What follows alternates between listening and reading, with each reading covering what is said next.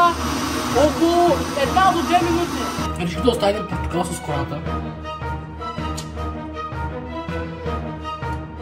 Вижте, набързо, нямам време за губене, така че направо започваме с целта на видеото. Значи, за да си направим перфектното смути, което да е здравословно, да е вкусно, полезно и да се заредите с енергия, не трябва дъска.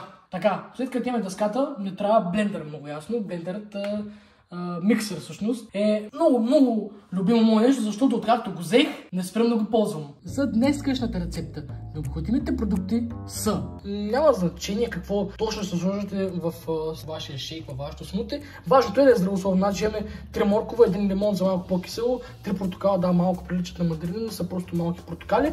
Една ябълка, и то малка, една ябълка ми остана, и куркума. Може би може да сложите и мед и някакви други неща, като чия, ядки и така нататък. Аз сега ще сложа тези съставки. Да почваме да нарежем абсолютно всичките плодове, но преди това най-важното нещо, преди да ги нарежете, трябва да ги измиете.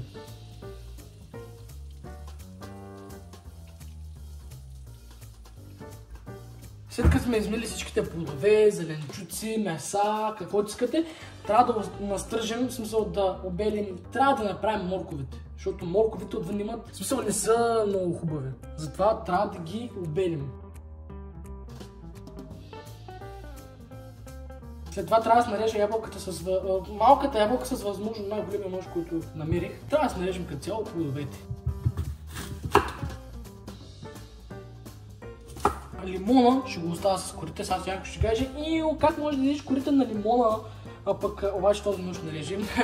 Ще взема нож за хляб. Как може да режеш така, да ядеш корите на лимона, ти гнусен ли си, какъв си?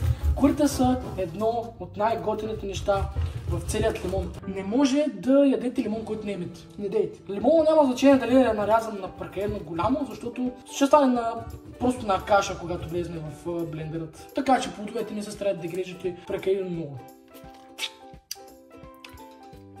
Останаха нашите 3 портокала. Не, това не е мандарина, това е портокал. Знам, че мислите, че е мандарина, но не е.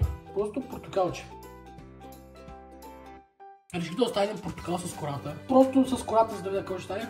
Не, че има проблем, ако оставите някои от продуктите с кора, защото всичко ще се смеси и няма да усещат чак толкова много. Но тук става голям мес. Почваме да слагаме абсолютно всичките наши буламачи, които сме ги направили. Първо почваме, в смисъл няма значение как почвате.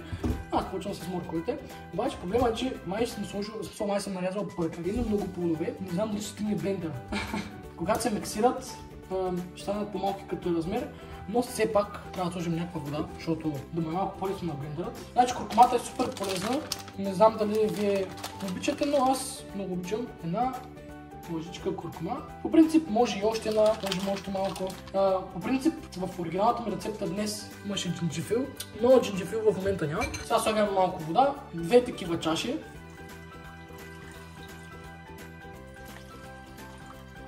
Сега затваряме и блендираме на макс за около 2 минути. Бъркате така около 1 до 2 минути. 1 до 2 минути. И би трябва вече да е готово, така че в момента много деликатно ще го извадя. Говоря за камък.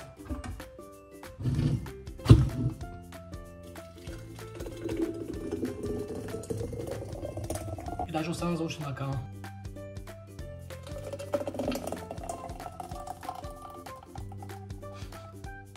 В принцип, прилича малко на повърня.